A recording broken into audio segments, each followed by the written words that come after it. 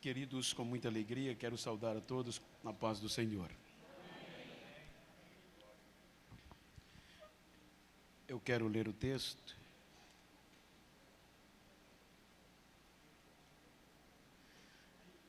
Capítulo 35 do livro do profeta Jeremias, versículo 2.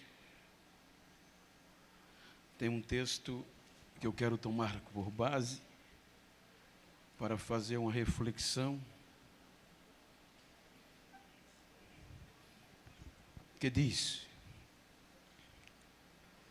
vamos ler também o versículo 1 para dar sentido.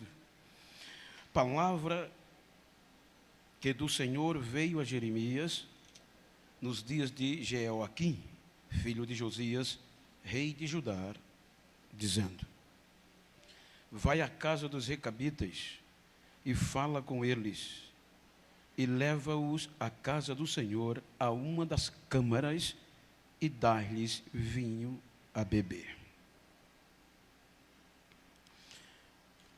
Queridos, quero tomar por base esse texto para fazer uma reflexão acerca como identifica com os nossos dias, e que aquilo que parece ser rude desponta de uma forma tão interessante. Quando nós pesquisamos, analisamos a história dos recabitas, não encontramos muitos subsídios históricos, e nenhum teólogo ou erudito aponta, ou escritor, você não encontra muitas referências, exceto aqui está no capítulo 1 do livro dos Juízes, versículo 16, quando nós percebemos que os recabitas são oriundos de Queneu. E Queneu é um dos codinomes que a Bíblia eleva o aparentar com Israel por meio do casamento. Era um povo nômade, era um povo que vivia nas suas tribos, porém se aparentou com Israel por meio de Moisés. Juízes capítulo 1, versículo 16, o texto diz: também os filhos de Queneu, sogro de Moisés, subiram da cidade das palmeiras com os filhos de Judá ao deserto de Judá, que está no sul de Arade, e foram e habitaram com o povo. O contexto também bíblico do capítulo 4 dos Juízes, ele faz menção acerca da mesma história, mudando o nome. Versículo 11 do capítulo 4 de Juízes, quando em meio o contexto da história de Débora e de Baraque, vem outra referência. Então, versículo 11, e Heber, Queneu, se tinha apartado dos Queneu, dos filhos de Obabe, sogro de Moisés. Então, essas referências, ela vai mostrar quanto este povo se aparentou com Israel, pois nós sabemos que Israel foi tirado do Egito, da escravidão, rumo à terra prometida. A promessa de Deus foi unicamente a Israel. E Israel é tirado com braço forte. Nós sabemos a história daquela geração que saiu do Egito. Quando este povo, Israel, sai do Egito, os irmãos observam que na caminhada, capítulo 18 do livro do Êxodo, é quando Jetro dentro do contexto, ele entra como sogro de Moisés, aconselhando, e por meio do casamento, este povo vai entrar na história de Israel. O contexto histórico diz que eles contribuíram muito com o povo de Deus.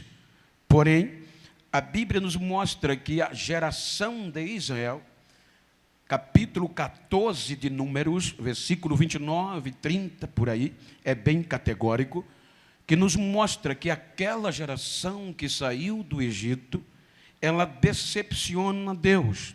Vejam como vai condizer com o que queremos falar. A decisão de um povo, a decisão de um crente, que às vezes parece nada, ela faz diferença. O povo que tinha promessa decepciona e adora a outros deuses, desobedecendo ao Deus que andava por vista.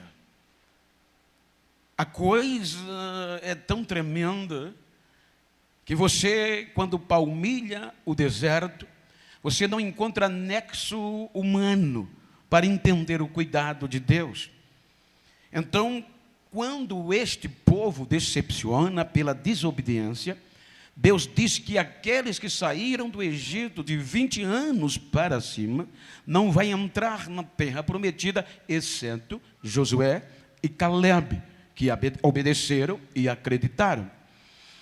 Veja que Deus não desiste. Esta geração decepciona e fica no deserto. Aí vem Deuteronômio capítulo 8.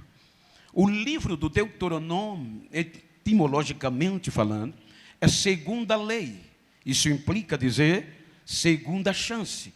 Veja aqui no capítulo 8, Moisés repete a lei para uma geração que ia entrar na terra prometida. A mesma coisa que disse a primeira, os mesmos estatutos, as mesmas advertências. Porém, esta geração promete ser fiel. Esta geração cruza o Jordão e se estabelece na terra prometida. E pasme, os recabitas estavam com eles.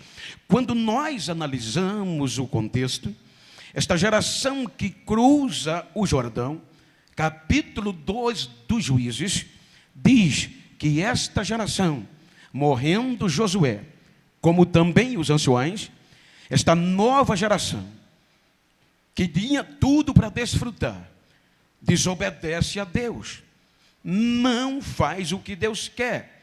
A Bíblia diz que esta nova geração não conhecia a Deus. Olha que coisa, abro parênteses, não conhecia a Deus. Mas como? Quando nós analisamos, é impossível haver esquecimento, porque culturalmente os pais judeus passavam para os filhos o que Deus era e o que Deus fazia.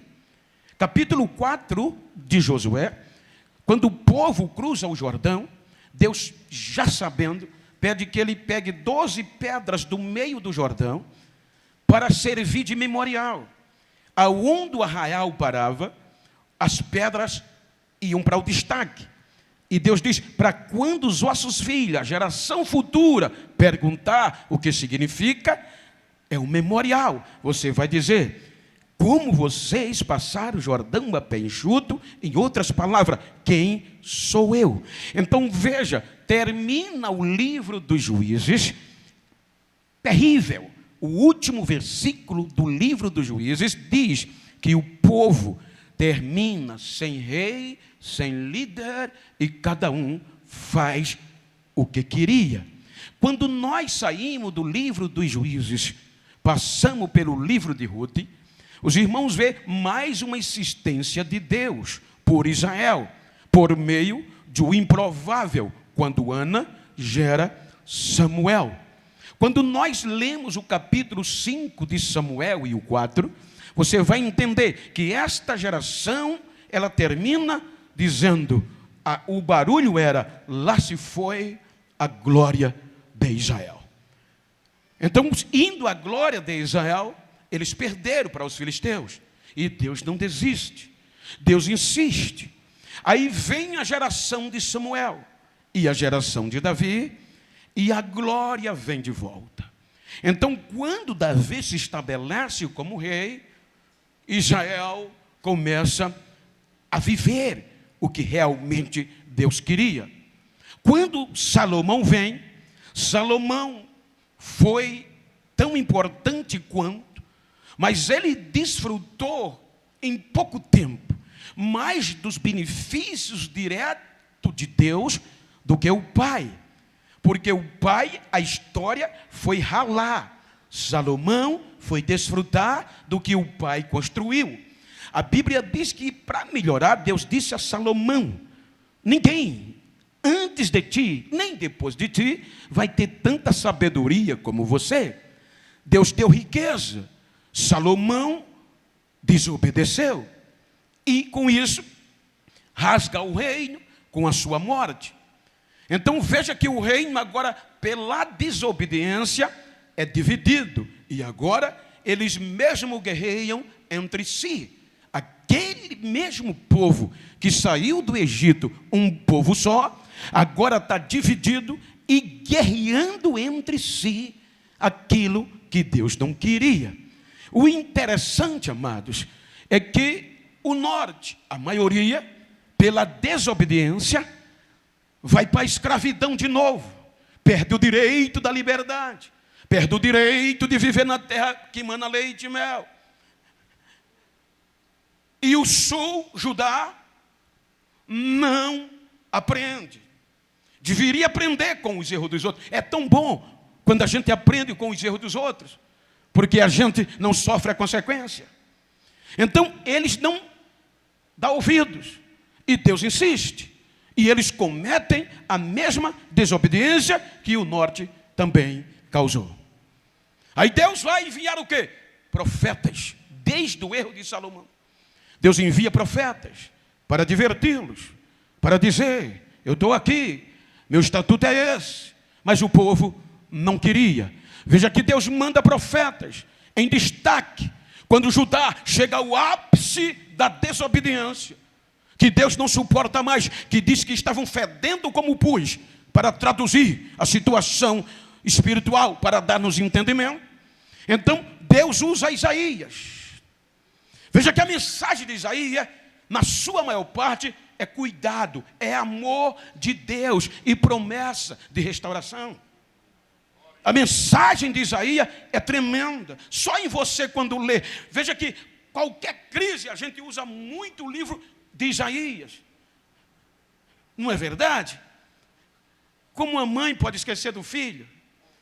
É difícil, que gerou, que amamenta. E Deus diz, mesmo que ela esqueça, Ele estava falando direto para ajudar. Eu não esquecerei de ti. Quem contenderá com Israel? Contenderá comigo. Operando eu. As maiores mensagens dos pregadores no Velho Testamento é base Isaías. Pasme. Um grande profeta pregador, mas o povo não deu ouvidos.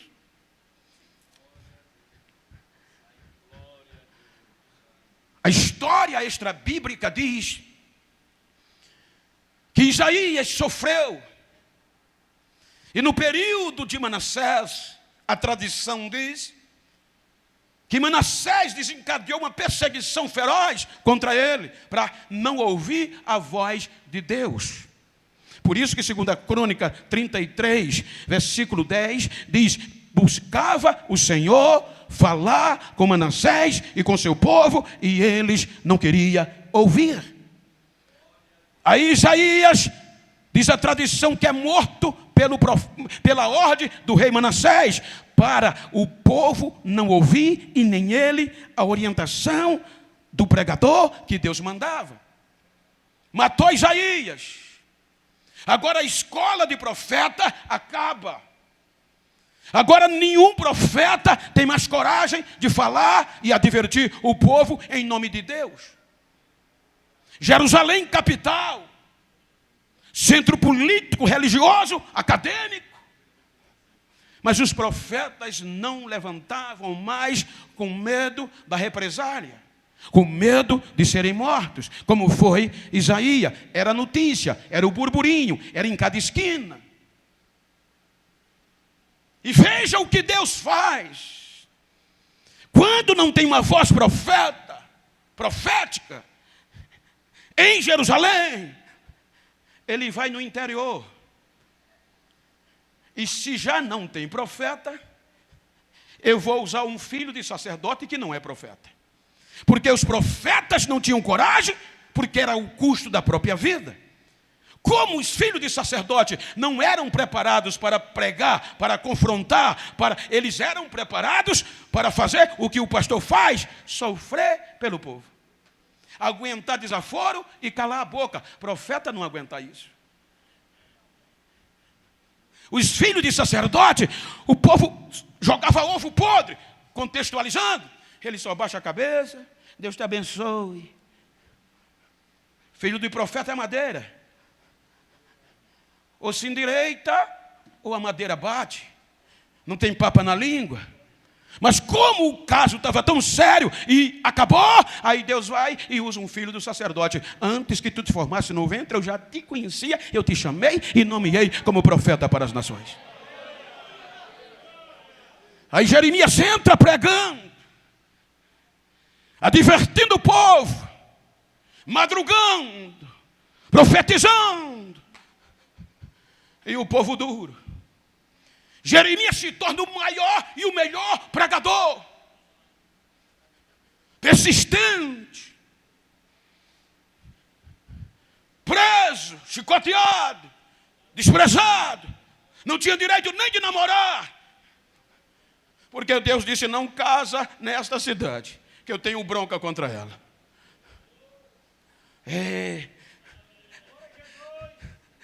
O povo não quis ouvir a Deus, levado pelas circunstâncias dos seus dias, as sutilezas dos seus dias. Aí Jeremias no ápice,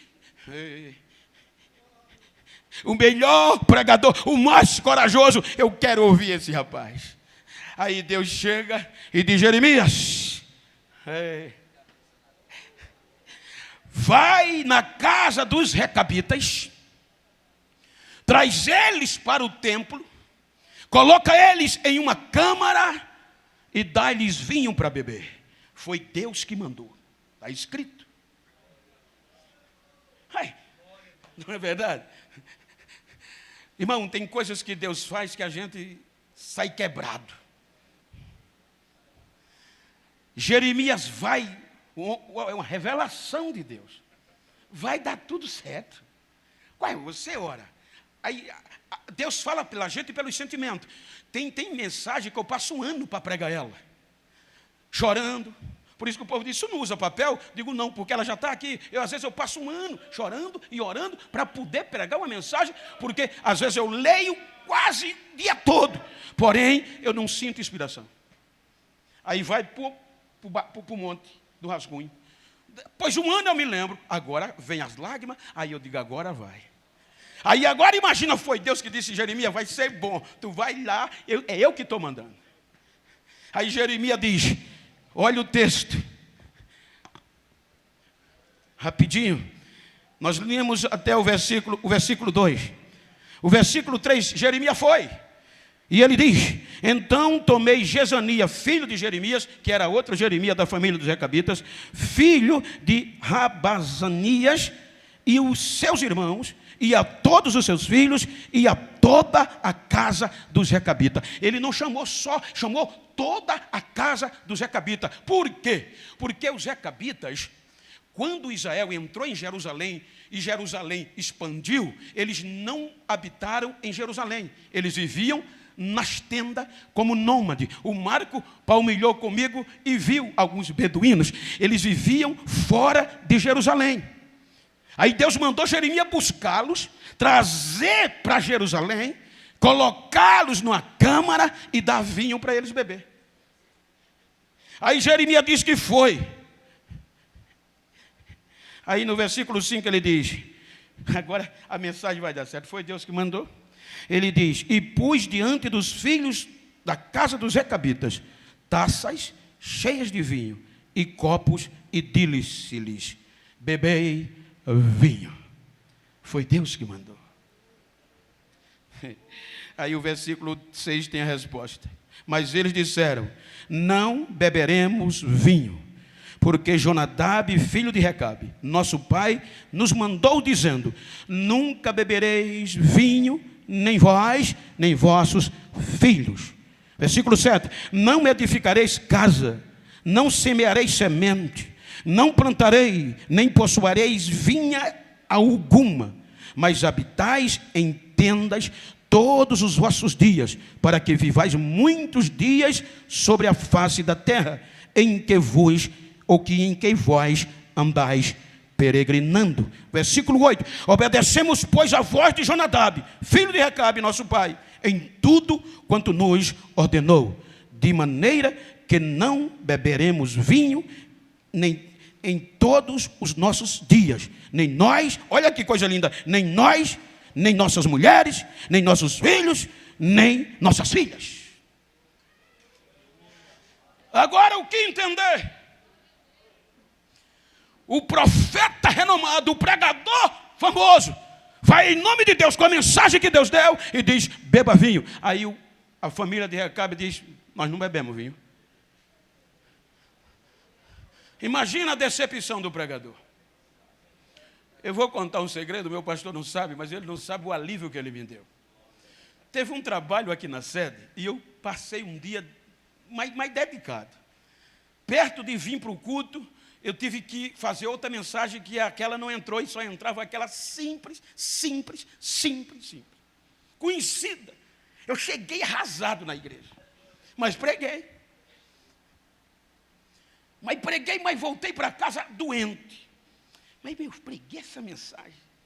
15 dias depois, o meu pastor me chamou, primeira vez, nunca ele fez isso. E disse: Bento, tu lembra aquela mensagem que tu pregaste? Qual? Naquele dia. Eu digo, aquela mensagem simples. Quando ele me contou o que aconteceu, eu saí chorando para casa. Vai entender? Agora imagina, Deus disse: Jeremias, vai!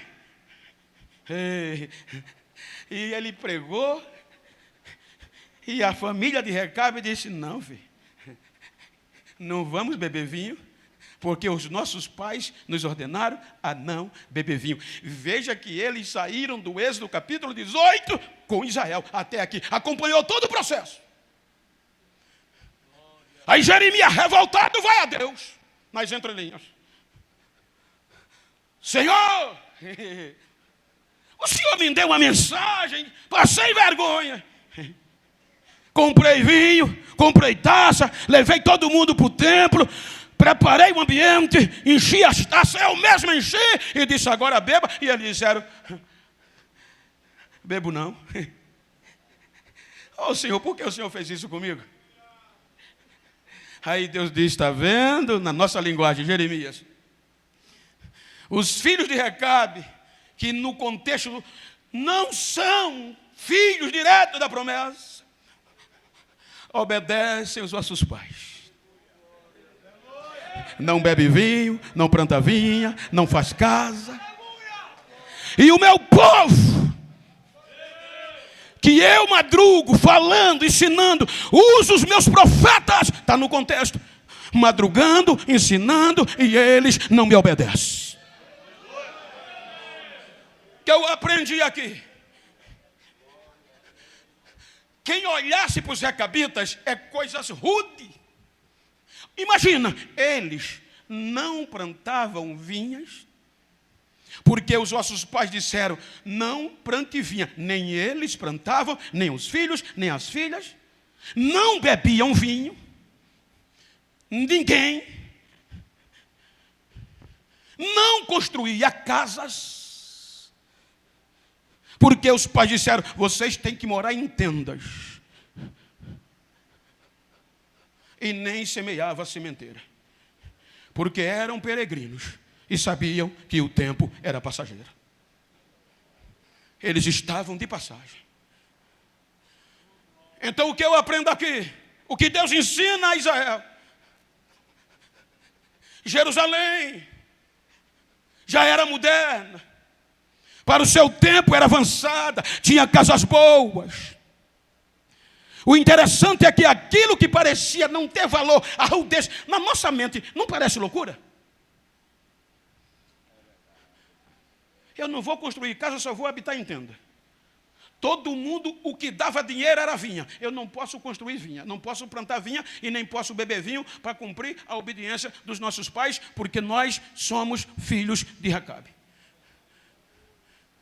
O que eu aprendo aqui? Eles disseram para Jeremias: a gente pode ser o melhor pregador, pode ser o maior profeta, pode ser quem for, mas a gente prefere ficar com os ensinos dos nossos pais.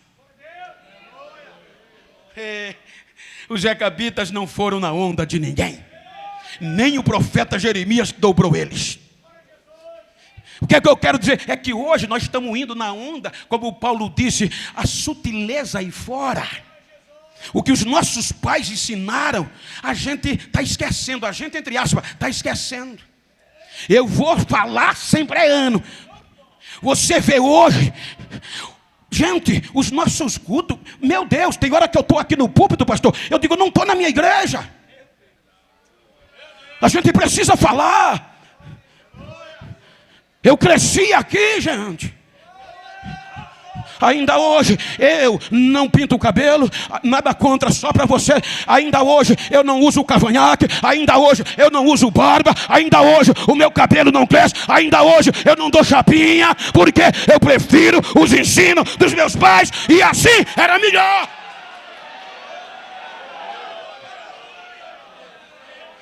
Vai doer.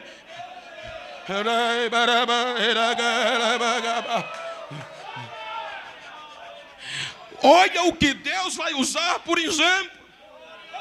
Deus poderia usar a maior família de Jerusalém. Deus podia usar alguém rico de Jerusalém. Mas Deus vai usar como exemplo os recabitas rudes, camponês, porque obedecia os ensinos dos seus pais.